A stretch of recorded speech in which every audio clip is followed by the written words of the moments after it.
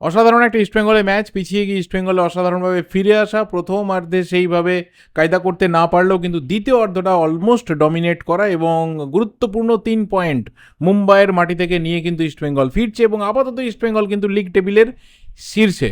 সেই ম্যাচ নিয়ে কথা বলবো, ইস্টবেঙ্গলের কামব্যাক নিয়ে কথা বলবো, কোচের স্ট্র্যাটেজি নিয়ে কথা বলবো, ডেফিনেটলি ইস্টবেঙ্গলের এই জায়গা থেকে এর পরে টার্গেট ছোটো ছোটো সেই সব কিছু নিয়ে কথা বলবো। কিন্তু শুরুতে আমি একটা বিষয়ে একটু ক্ষমা চেয়ে নিতে চাই, কারণ আমি অস্কার ব্রুজনকে নিয়ে লাস্ট যে ভিডিও বানিয়েছিলাম সেখানে একটা বিষয় বলেছিলাম, বা আমি একটু আশঙ্কা প্রকাশ করেছিলাম on behalf of East Bengal fans, যে এই যে একটা সিদ্ধান্ত বা এই যে একটা অ্যানাউন্সমেন্ট বলা ভালো অস্কার ব্রুজো তিনি করলেন, তিনি সিদ্ধান্তটা নিয়েছেন, ঠিক আছে, তিনি হয়তো পরে জানাতে পারতেন, অ্যানাউন্সটা করতে পারতেন, অ্যাটলিস্ট ডার্বির পর অ্যানাউন্স করতে পারতেন, কিন্তু এতটা আর্লি অ্যানাউন্স করে দেওয়া, এর কি এফেক্ট, এর কি কোনো ধরনের সাইকোলজিক্যাল এফেক্ট প্লেয়ারদের ওপর পড়বে, কোনোভাবে সেটা কি ব্যাঘাত ঘটাবে ইস্টবেঙ্গল যে মিশনের মধ্যে রয়েছে, ইস্টবেঙ্গল যে টার্গেটের মধ্যে রয়েছে, সেখানে কি কোথাও একটা সমস্যার সৃষ্টি করবে প্লেয়ারদের ক্ষেত্রে, আমি কিন্তু আশঙ্কা প্রকাশ করেছিলাম এবং আমি মনে করেছিলাম যে এই যে ঘোষণা, এটা হয়তো না হলেই ভালো হতো। হ্যাঁ, আমি স্টিল এখনও অবধি মনে করছি যে সেই ঘোষণাটা যে মুহূর্তে হয়েছে সেই মুহূর্তে না হলেই ভালো হতো, কারণ প্রত্যেকটা জিনিসের বোধহয় আদর্শ সময় রয়েছে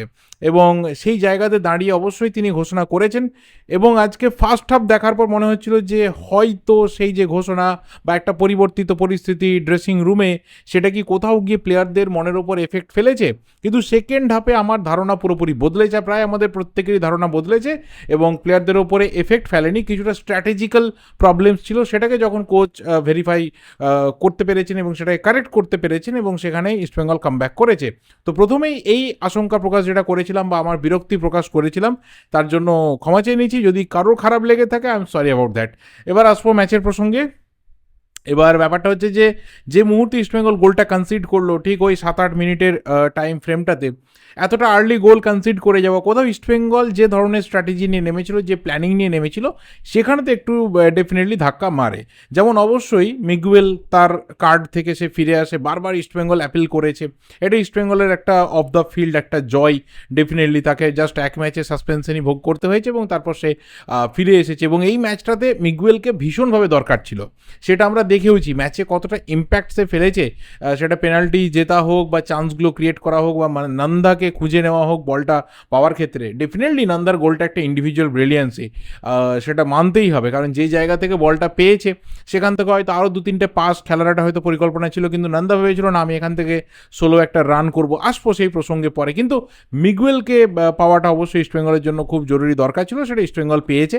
কিন্তু শুরু থেকে মিগুয়েলের না খেলা বা ইউসুফ এজাজারির না খেলা বা জেরির শুরু থেকে খেলা, এগুলো আমার মনে হয় যে ফার্স্ট হাফে একটু এগেনস্টে গেছিলো এবং এতটা আর্লি গোল কনসিড করে যাওয়া, সেটাও কিন্তু ইস্টবেঙ্গল কিছুটা শুরুর দিকে একটু হলেও সমস্যায় পড়েছিল এবং বারবার কিন্তু মুম্বাই অ্যাটাকটা জারি রেখেছিল।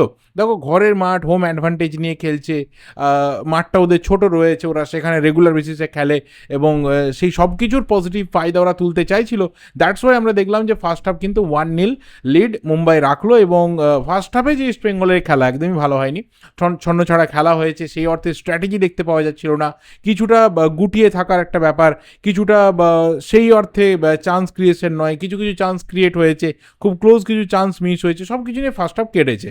এবং বারবার আমার এটা ফিল হচ্ছিল, আমি ফার্স্ট হাফের পর যখন ব্রেকে ছিলাম, কয়েকজনের সাথে আমার কথা হচ্ছিল ইন দ্য মিন টাইম, যে কিছু বদল অবশ্যই অস্কার ব্রুজের এখানে করার দরকার, যার মধ্যে অবশ্যই স্ট্রাইকার অ্যান্টন কিন্তু সেইভাবে খুব একটা সুযোগ তৈরি করতে পারছিল না, হয়তো কিছু গোলের সামনাসামনি গেছে, কিছু বল পেয়েছে, বাট স্টিল ইউসুফ এজাজারির মধ্যে যে ব্যাপারটা রয়েছে সেটা কিন্তু অ্যান্টনের মধ্যে দেখতে পাওয়া যাচ্ছিল না। সেটা একটা বদলের দরকার রয়েছে। মিগুয়েলকে ডেসপারেটলি দরকার, কারণ সেই অর্থে ক্রিয়েটিভিটি হচ্ছে না। এডমুন্ড অনেকটা একা পড়ে যাচ্ছে, বিপিন অনেকটা ডিফেন্সিভ ফুটবল খেলছে, বিষ্ণুকে অনেকটা ডিফেন্স সামলাতে হচ্ছে, সাউল ক্রেসপোকে খুব বেশি উঠতে দিচ্ছে না, তো কোথাও একটা অ্যাটাকে কিন্তু ভেরিয়েশন নেই। এবং জেরি যে আগের ম্যাচটা পরিবর্তন নেমে ভালো খেলেছিল, তাকে কেন আজকে স্টার্ট করানো হলো যেখানে নন্দা অনেক বেটার ফর্মে রয়েছে, সেই ডিসিশনটা আমি শুরুতে বুঝতে পারিনি। দেখলাম নন্দা নামার পরে কিন্তু নন্দাও ম্যাচের একটা ডাইনামিক্সকে অবশ্যই চেঞ্জ করেছে, নট অনলি অ্যাবাউট দ্যাট গোল, ওর যে তোমার পার্টিসিপেশনটা রয়েছে সেটাও কিন্তু চেঞ্জ আনে। এবং দেখা গেল যে সেকেন্ড হাফে কিন্তু অস্কার ব্রুজো তিনি বুঝতে পেরেছিলেন, তিনি অবশ্যই ড্রেসিং রুমে গিয়ে ভেরিফাই করেছেন সবার সাথেই যে প্রবলেমটা কোথায় ছিল এবং সেটাকে তিনি কারেক্ট করেছেন। অ্যান্ড ডেফিনেটলি যে প্লেয়ারদের আমরা এক্সপেক্ট করছিলাম সেকেন্ড হাফের বিরতিতে যে কোন কোন প্লেয়াররা এলে বেটার হবে, কোথায় শেপটা চেঞ্জ হয়ে যাবে, স্ট্র্যাটেজিক্যাল কোথায় মাস্টার স্ট্রোকটা দেওয়া যাবে, সেটাই কিন্তু হয়েছে। এবার মিগুয়েল এত ভালো একজন বল প্লেয়ার, এত ভালো একজন ক্রিয়েটার, তাকে মাঠে যতটা কম রাখবে তত কিন্তু ইস্টবেঙ্গলের সমস্যা এবং অপোনেন্টের সেই ক্ষেত্রে প্লাস পয়েন্ট। সে যখনই মাঠে এসেছে তখন থেকে কিন্তু খেলা চেঞ্জ করে দেওয়ার যে মানসিকতা, সেটা কিন্তু ওর মধ্যে দেখা গেছে। এবং ডেফিনেটলি পেনাল্টি উইন করা, সেটাও কাউকোর মতো প্লেয়ারের সাথে কিন্তু কন্টিনিউয়াসলি ফাইটে গিয়ে কাউকে এই ধরনের বক্সের মধ্যে ট্রিপ ডাউন করে কাউকে ফেলে দেওয়া বা ফাউল করা, সেখান থেকে পেনাল্টি অপোনেন্টকে গিফট করা, খুব রেয়ার একটা সিন। আমার তো মনে পড়ছে না যে ইন্টারকাশি বা মোহনবাগান জার্সিতে কাউকে এই ধরনের কোনো ইনসিডেন্ট করেছে বলে। রেয়ার, খুবই রেয়ার। কাউকে কিন্তু বাধ্য করেছে মিগুয়েল। তো বল প্লেয়ারদের ক্ষেত্রে এটাই হচ্ছে প্লাস পয়েন্ট, যে তুমি তোমার অপোনেন্ট যে প্লেয়ার রয়েছে, যে তোমাকে মার্ক করছে, যে তোমার বডিটাকে খুব ক্লোজ মনিটর করছে, তোমার খেলাটাকে ক্লোজ করার চেষ্টা করছে, তাকে বাধ্য করো, তাকে ইরিটেট করো এবং ফাইনালি তাকে লিড করো যে তোমাকে সে ফাউল করবে, সেটাই কিন্তু হয়েছে। এবং দেখো এই জায়গা থেকে কুল কাম একটা কম্পোজড ফিনিশ অবশ্যই ইউসুফ এজেজেরি রেখেছে, but the goal scored by definitely Nanda Kumar Shekhar, that was outstanding. Not only কি সোলো একটা রান করেছে, নট অনলি কি ওই জায়গা থেকে একটা শট নিয়েছে, দ্য প্রিসিশন, যেভাবে ও একটা অ্যাকুরেট প্রিসিশন রাখতে পেরেছে, যেভাবে ও গোলকিপারকে দেখেছে, গোলকিপার এগিয়ে রয়েছে, এখান থেকে ঠিক কতটা আমার বলের মধ্যে পেস রাখা দরকার, কতটা আমি সুইং করাবো, কতটা আমি কন্ট্রোল রাখবো বলটার উপরে। ডিফ্লেকশন একটু হয়েছে, বাট সেই ডিফ্লেকশনটা না হলেও কিন্তু ওটা গোলের দিকেই যাচ্ছিল। হ্যাঁ, অবশ্যই ব্র্যান্ডনের গোলটা দেখো ভালো হয়েছে, ব্র্যান্ডনও হাফ চান্সে গোলটা কনভার্ট করেছে, একটা ড্রপ মেরেছে এবং গোলকিপার পজিশনে না থাকার কারণে গোলটা ইস্টবেঙ্গল খেয়ে যায়। কিন্তু নন্দার গোলটা আমি সিরিয়াসলি বলছি, এইবারে কিন্তু এরকম লং রেঞ্জার গোল অনেক হচ্ছে, এর আগে আমরা বেশ কয়েকটা দেখেছি, লিস্টনের দেখেছি, আনোয়ারের দেখেছি, নন্দারও দেখেছি, আজকেও নন্দার দেখলাম, অ্যান্ড মেনি মোর আরও কয়েকটা হয়েছে। বাট এই ধরনের গোলগুলো না কোথাও একটা আলাদা প্লেজার দেয়, যে হ্যাঁ আমাদের প্লেয়ারদের মধ্যে স্কিল রয়েছে, হয়তো 90 মিনিটস খেললে 90 মিনিটস এরা স্কিল দেখাতে পারবে না, সেই কনসিস্টেন্সি ব্যাপারটা আমাদের প্লেয়ারদের মধ্যে অভাব রয়েছে, আমাদের ইন্ডিয়ান প্লেয়ারদের মধ্যে অভাব রয়েছে। কিন্তু কিছু সময় বুঝতে পারা যায় যে এদের স্কিল রয়েছে, এরা যদি আরও বেটার এনভায়রনমেন্টে থাকতো, আরও ভালো জায়গাতে ফুটবল খেলতো, এদের কিন্তু ভালো কেরিয়ার হতে পারতো। মানে এই ছোটো ছোটো ঝলকগুলো দেখলে বুঝতে পারা যায়, because these are not done by any flukes, যে হঠাৎ করে ফেললাম এরকম না, কিন্তু রেগুলার বেসিসে এরা চেষ্টা করে, হয়তো 10 বারে একবার হয়, কিন্তু হয়। তো দেখে মনে হয় যে এরা ভালো জায়গায় থাকলে, ভালো এনভায়রনমেন্টে থাকলে এরা এইগুলো কিন্তু রেগুলার বেসিসে করতে পারতো, এই স্কিলগুলোকে রেগুলার বেসিসে দেখাতে পারতো।